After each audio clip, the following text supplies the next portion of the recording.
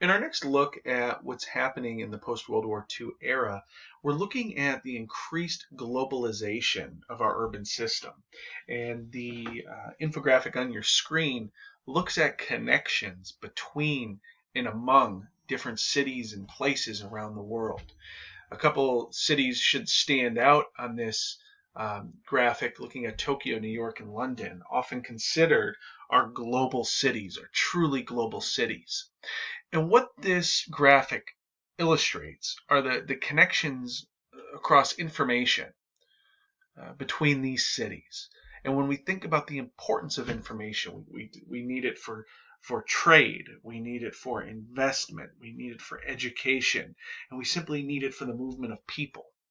So we look at our key cities here, right? Tokyo, New York, and London, and we recognize them as our truly global cities, where our smaller cities, which are shown as in a lighter gradation and smaller font, illustrate fewer connections.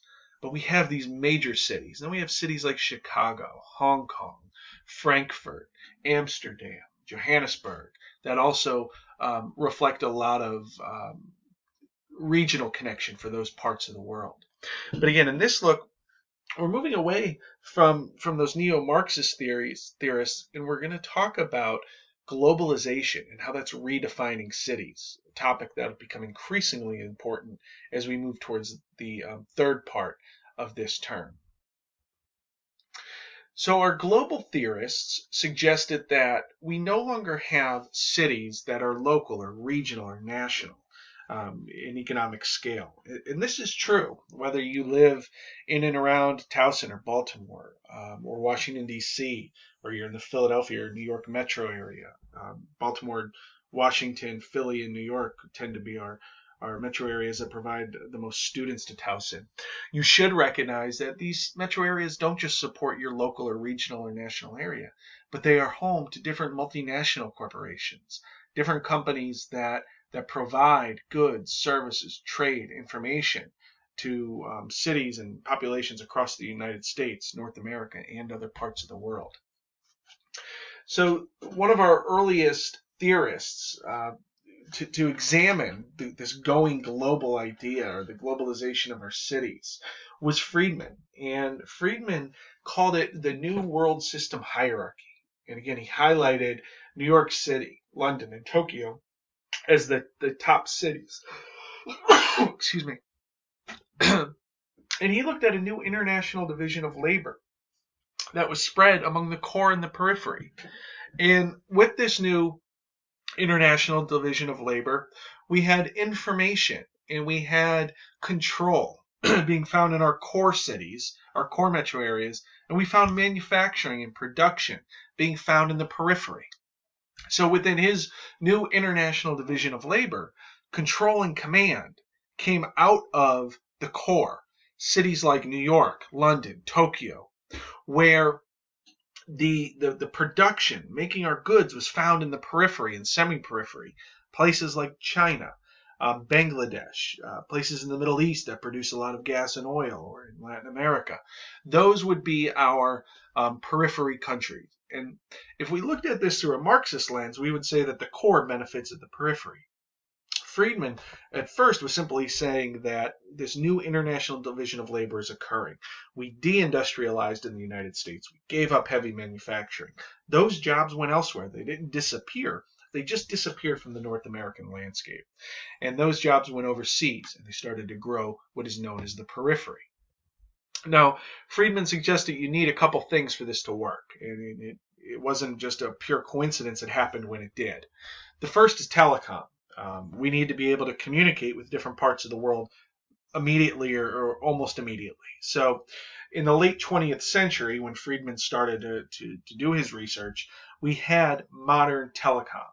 We had the advent of modern telecommunications, where we had phone connections, we had fax connections, we had early internet connections during this time that allowed us to work in different parts of the world, work together.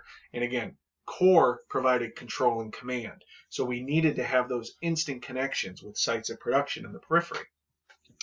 The other thing we needed was neoliberal trade. Neoliberal trade means free trade. And the 1980s was a time of free trade. When we look at the policies coming out of the United States and the United Kingdom that were guiding trade throughout North America and Europe, we saw how these free trade policies looked to extend the fingers of capitalism to different areas of the world, areas that weren't incorporated earlier on. So that by having free trade, we are now able to open up cheap labor in China, in Bangladesh, um, in Southeast Asia, and have these places serve as centers of production that could produce our goods at a very low cost and ship them back to our core markets for less total cost than it would be to produce these at home. So Friedman recognized this early. The map in front of you shows the different location for headquarters and first level subsidiaries. And you can see New York, again, London, Tokyo, as the places where our headquarters are congregated, known as an agglomeration. So our big cities, our core cities in this hierarchy, the areas where the headquarters were found, were those control and command centers. A second theorist that helps explain this global hierarchy or globalization, Sasson, she wrote about the global city. And the global city focused heavily on these agglomerations. An agglomeration is a cluster, a cluster. And as Friedman pointed out, with the cluster of headquarters in our main cities in Tokyo, New York, and London, Sasson said that these agglomerations reflect those headquarters and also what are known as producer services or advanced producer services. Accounting firms, marketing firms, legal services, finance, insurance companies. All of these companies provide producer services, advanced producer services. So the cities atop our global hierarchy are becoming increasingly focused on these producer services. They require a greater deal of education, higher skill, pay better wages, and this is happening as industry, heavy industry, manufacturing is moving to other places.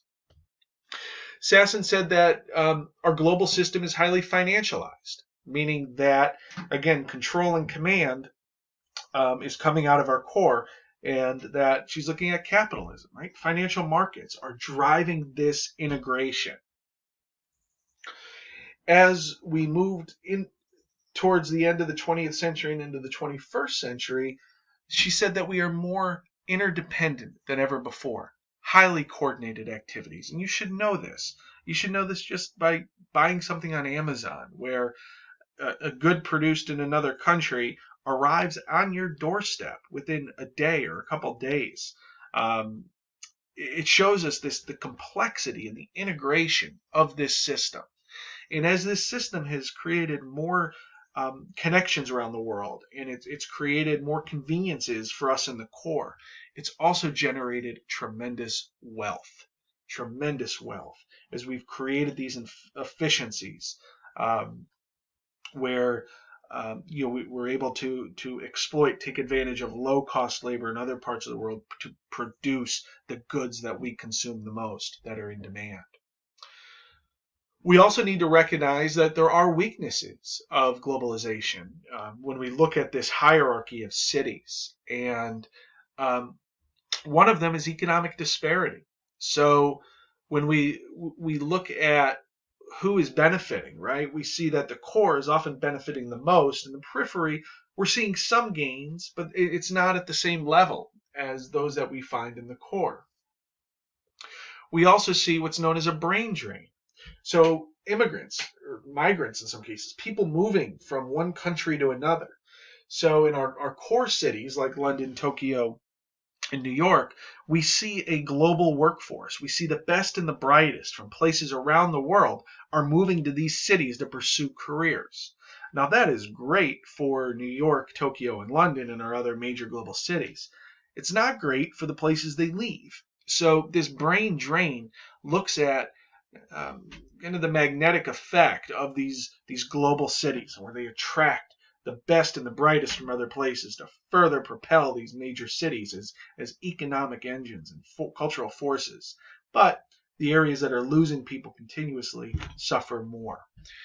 And then when we look at the single economic unit, we certainly see the benefit of this, right? We see these efficiencies that are created. But as we saw in 2008, right, when we had a global financial crisis, when things are going well, we could see in some cases rising tide lifts all boats.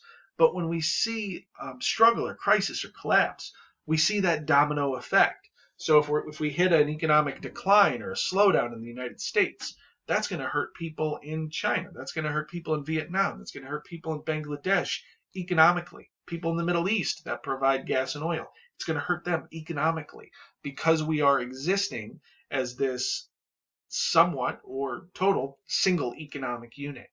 So again, there are benefits to this. There's tremendous wealth. There is global opportunity as we pursue global cities and globalization. But we also need to step back and recognize some of the polarizing effects, some of the concerns of this system. One being disparity. Yeah, we are growing wealth worldwide through incorporating, recognizing compatibility between supply and demand. But we're seeing that the core is benefiting greater than the periphery.